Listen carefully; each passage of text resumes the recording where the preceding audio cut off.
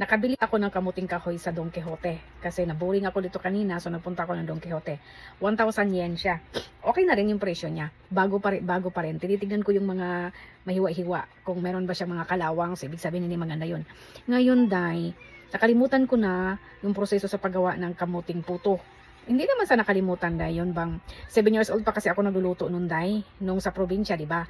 Pag sa probinsya ka nakatira at hindi talaga kayo marangya sa buhay, ay matuto ka sa mga bagay-bagay na para lang hindi ka magutom sa buhay. Ganon. So, naalala ko is ako ay 6 or 7 years old kasi ano pa ako noon, elementary. So, marunong na ako magluto. Ngayon, ang naalala ko, yung lutuan namin ay kailangan may 3 butas na parang bao ng niyog. Tinagalog ko pa talaga, no? Pinahirapan ko talaga sa kalisod akong kaugalingon ba. Sige na lang, kaya nahinay ka naman, no? So, bao ng niyog. Tapos, ang ilalim nun ay may tubig na nakapatong siya sa parang kulon ba yan? Kulon kasi sa Bisaya yun eh. Hindi ko rin alam sa Tagalog, dahil kung anong tawag nun, dahil basta yung lutuan na palayok pala. Tapos, ipatong mo yung bao, nakaganyan, di ba? Tapos, yung gilid nun ay tatakpan mo ng ginadgad na kamuting kahoy, hindi ba ganon? Kasi habang umiinit yun, ay naninigas na rin yung ginawa mong paste doon sa gilid, di ba? Ganon yun. Tapos, maggawa kayo ng dahon na yung dahon ng saging o dahon ng niyog na gawin yung X ba yun or parang ganyan or cross. Ilagay mo sa gitna, tapos ilagay mo yung ginadgad ng niyog, kamuting kahoy na may timpla na. Ang haba ng istorya, no?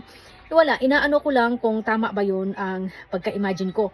Tapos, ang naalala ko, ang nilagay noon is yung ginadgad na kamuting kahoy na nakapiga na hindi ka pwede magluto ng puto, dai, kahit pa kasaba cake, kahit puto cake na may din kasaba na hindi mo pipigaan ang mismong ginadgad na kasaba. Wait lang, dai, kasi babahing ako, 'di ba? Kasi kung magluluto ka ng kasaba cake tapos hindi mo lang pinigaan yung nasabing ginadgad mo, yung latak mismo ay makakain mo at hindi masarap yun, dai. Nagsasayang ka lang ng mga ingredients mo. I'm not a perfect talaga, no, pero yun ang naalala ko eh. Well, back to tayo doon sa puto. Tapos yung ginadgad na kamuting kahoy, tapos pipigaan talaga siya, tapos saka mo siya gawing buhaghagin, and then lagyan mo siya ng konting niyog, tapos konting asukal, tapos pwede nyo nilagyan ng konting asukal na pula, or pwede rin kayo maglagay ng bukayo. Sa amin na sa probinsya, walang bukayo, des, pahirapan mo pa yung sarili mo, magastos na. So dati kasi is plain lang, o di kaya yung merong asukal at saka niyog. Yun lang talagang dalawa ang laging meron sa pag nagluto kami. Hindi na kami nagkabukayo kasi bibili ka parang asukal, matrabaho na rin. Tapos, i-steam siya, di ba? Ilagay yung pag kumulo ng tubig, lalagay mo yon yung kamuting kahoy mixture. Tapos, lagyan ng takpan ng dahon ng saging. Tapos, sakatakpan siya ng takip ng kaldero, hindi ba? Tapos, titignan siya. Pag wala ng puti-puti, ibig sabihin ay luto na, di ba? Tapos, babalik na rin, di ba? Ganun yun. Parang ganun ang pagkakaalam ko. Ngayon, dai, ang problema ko ngayon dito sa Japan, wala man tayong bao ng niyog, dai. Uy, saan maghahanap niyan?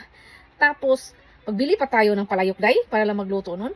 Kaya, hindi ko alam kung anong gagawin ko para makaluto ako ng puto. And then, wala din akong niyog, dai. Wala akong niyog, at saka, wala din akong maskobado.